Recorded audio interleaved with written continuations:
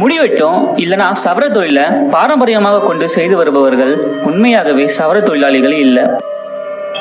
இவர்களின் உண்மையான தொழில் மருத்துவம். இவர்கள் எல்லாரும் மருத்துவர்களாக இருந்தவங்க. அப்புறம் ஏன் இவங்க சவர தொழிலாளியாக மாறினாங்க?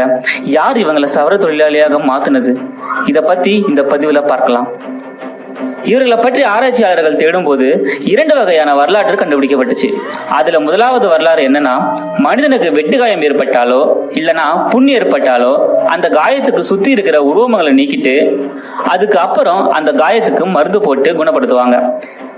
இந்த மாதிரி மயிர் மலிக்கும் முறை பிற்காலத்துல இவங்களை சவர தொழிலுக்கு தள்ளுச்சு. இது முதல் வரலாறு. இப்போ 2வது வரலாற்றை பார்க்கலாம். அந்த காலத்துல மருத்துவர்களுக்கும் ஆன்மீகவாதிகளுக்கும் இடையே போட்டி இருந்துச்சு. மருத்துவர்கள் மக்களுக்கு உண்டாகும் நோய்களை அதிக பொருள் செலவுகள் இல்லாம எளிமையா குணப்படுத்தினாங்க. ஆனா ஆன்மீகவாதிகள் மக்களுக்கு ஏற்படும் நோய்களுக்கு கடவுள், சாஸ்திரம் அப்படின்னு சொல்லி அதிக பொருட்களை மக்கள் கிட்ட இருந்து வசூல் செஞ்சாங்க. இதனால மக்கள் ஆன்மீகவாதிகள் கிட்ட மருத்துவம் செய்யறத குறைச்சிக்கிட்டாங்க. இது ஆன்மீகவாதிகளின் வாழ்வாதாரத்தின் மீது கடும் பாதிப்பை ஏற்படுத்துச்சு. இதன் காரணமாகத்தான் ஆன்மீகவாதிகளுக்கும் மருத்துவர்களுக்கும் இடையே போட்டி ஏற்பட்டது. ஆன்மீகவாதிகளுக்கு மருத்துவர்கள் மீது தீராத ஆத்திரம் ஏற்பட்டது. இதனால ஆன்மீகவாதிகள் மருத்துவர்களை ஒழிக்க நினைச்சாங்க. இந்த ஒரு சமயத்துல தான் அரசன் ஒருத்தனுக்கு தீராத கொடிய நோய் ஒண்ணு வந்துச்சு. இந்த சமயத்துல மருத்துவர்கள் அந்த அரசனுக்கு தொடர்ச்சியாக மருத்துவம் செஞ்சுட்டு வராங்க. அப்போ ஆன்மீகவாதிகள் அந்த அரசன் கிட்ட வந்து, நாங்கள் சில மந்திரங்களை சொன்னா உங்கள் நோய் குணமாயிடும்னு சொல்றாங்க. அரசன் அதை செய்ய சொல்றான். இப்போ மருத்துவர்களின் சித்த மருத்துவம் மெதுவாக வேலை செய்ய ஆரம்பிக்குது. இந்த நேரத்துல ஆன்மீகவாதிகள் மந்திரங்களை சொல்லிக்கிட்டு இருக்காங்க. அரசரின் நோய் குணமாயிடுச்சு. இதற்கு காரணம் ஆன்மீகவாதிகளின் மந்திரம் தான் காரணம் அப்படின்னு நினைச்சுக்கிட்டான் அரசன். இதனால ஆன்மீகவாதிகளின் வேண்டுகோளை ஏற்றுக்கொண்ட அரசன் மருத்துவர்களை எண்ணெயில் போட்டு பொறித்தான், தூக்கிலிட்டான். இதற்கு பலர் பயந்து சைவ மதத்துக்கு மாறினாங்க. இது சவர தொழிலாளிகளிடம் இருக்கும் வாய்வழி வரலாறு. இங்க இந்த வரலாற்றுல அந்த ஆன்மீகவாதிகள் யார், அந்த மருத்துவர்கள் யார்? அந்த ஆன்மீகவாதிகளுக்கும் மருத்துவர்களுக்கும் இடையான போட்டி என்பது அந்த 2 பேரும் வேறு வேறு மதம் அப்படிங்கிறது தெரியுது. 2வதாக சொல்லப்பட்ட இந்த வரலாறு தமிழகத்துல இருக்கும் ஒரு வரலாற்றோட ஒத்துப்போகுது. இந்த தமிழக வரலாற்றுல இருந்து இந்த ஆன்மீகவாதிகள் யாருனும் மருத்துவர்கள் யாருனும் தெரிஞ்சுக்க முடியும். முதல்ல அந்த தமிழக வரலாற்றை பார்ப்போம். கிபி 640 முதல் 670 வரை மதுரை ஆண்ட மன்னன் சுந்தரபாண்டியன். முதுகு வளைந்து காணப்பட்டதால இவனை கூன் பாண்டியன் அப்படின்னு சொல்லுவாங்க. சோழ அரசன் மணிமுடி சோழனை போரில் வென்று அவனுடைய மகள் மங்கையர்க்கரசியை திருமணம் செஞ்சுக்கிட்டான். கூன் பாண்டியன் சமண சமயத்தை சேர்ந்தவன். இதனால அந்த மதத்தை சேர்ந்தவங்க நாடு முழுவதும் சமண மதத்தை பரப்பும் வேலையில இறங்கினாங்க. ஆனா கூன் பாண்டியனுடைய மனைவி மங்கையர்க்கரசி சைவ சமயம்.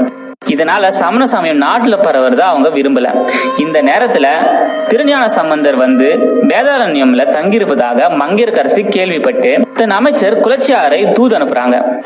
மங்கையர்க்கரசியின் அமைச்சர் குலச்சியார் திருஞான சம்பந்தர்கிட்ட போயிட்டு, பாண்டிய நாடு சமணர்களால் பொலிவிழந்து விட்டது, மன்னரும் அவர்களின் மாய வலையில் விழுந்து விட்டார், பழையபடி நாடு சைவ நெறியில் தலைக்க வேண்டும், அதற்கு நீங்கள் மதுரைக்கு வர வேண்டும் அப்படின்னு கேக்குறாங்க. திருஞான சம்பந்தரும் ஒத்துக்கிட்டு மதுரைக்கு போறாரு. திருஞான சம்பந்தர் மதுரைக்கு வரதை தெரிஞ்சுக்கிட்ட சமணர்கள் மன்னர்கிட்ட போயிட்டு சொல்றாங்க. அதற்கு கூன் பாண்டிய மன்னன் திருஞான சம்பந்தர் தங்கியிருக்கும் கோவிலுக்கு தீ வைக்க சொல்றான். அப்படி தீ வச்சா திருஞான சம்பந்தர் பயந்து போயிடுவாருன்னு நினைச்சான். இதனால மன்னன் சொன்னபடி சமணர்கள் முதல்ல மந்திரத்தால கோவிலுக்கு தீ வைக்கிறாங்க. ஆனா திருஞான சம்பந்தர் கிட்ட மந்திர தீ எரியல. அதுக்கு அப்புறம் உண்மையான தீ கையில வைக்கிறாங்க. இதை தெரிஞ்சுக்கிட்ட திருஞான சம்பந்தர், இந்த தீயை யாரு மூட்டி இருந்தாலும் இதற்கு இந்த நாட்டு அரசன் தான் காரணம் அப்படின்னு சொல்லி மந்திரத்தால மன்னன் கூன் பாண்டியனுக்கு வெப்பு நோய் வரும்படி செய்யறாரு. அதாவது கடும் காய்ச்சல் வரும்படி செய்யறாரு. இந்த காய்ச்சலால வாழையில கூட கருவும். சமணர்கள் மந்திரம் சொல்லியும் குணமாகல, மருந்து தடவினாலும் மருந்து கருகிடுது. இது கண்ட அரசி மன்னன் கிட்ட, சமணர்கள் திருஞான சம்பந்தர் இருந்த இடத்திற்கு தீ வச்சதாலதான் உங்களுக்கு இந்த நிலைமை, இதனால திருஞான சம்பந்தர் உங்களை கண்டா நோய் தீரும் அப்படின்னு சொல்றாங்க. இதை கேட்ட அரசன், என் நோயை யார் தீர்த்தாலும் அவர்களின் பக்கம் நான் அப்படின்னு சொல்றாரு. திருஞான சம்பந்தரும் சமணர்களும் அரண்மனைக்கு வந்து இடது பக்கம் சமணர்களும் வலது பக்கம் திருஞான சம்பந்தரும் உட்கார்றாங்க.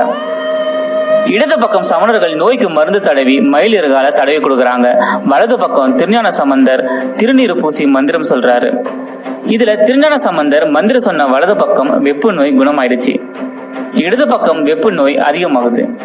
உடனே அரசன் இடது பக்கமும் குணப்படுத்த கேட்கிறான். அதே போல அவர் இடது பக்கமும் மந்திரம் சொல்லி நோயை குணப்படுத்துறாரு.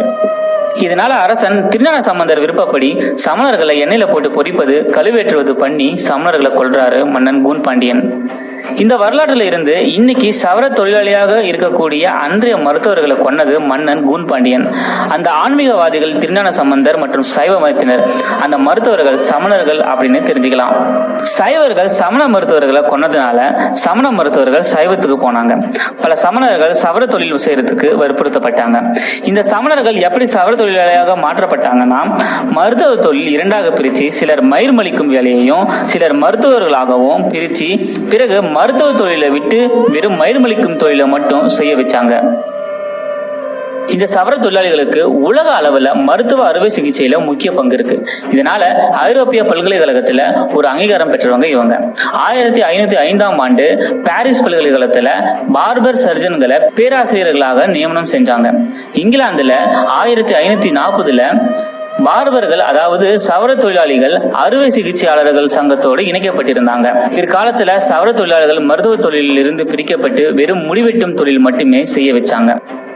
சரி, இந்த வீடியோ உங்களுக்கு பிடிச்சிருந்தா லைக் பண்ணுங்க, ஷேர்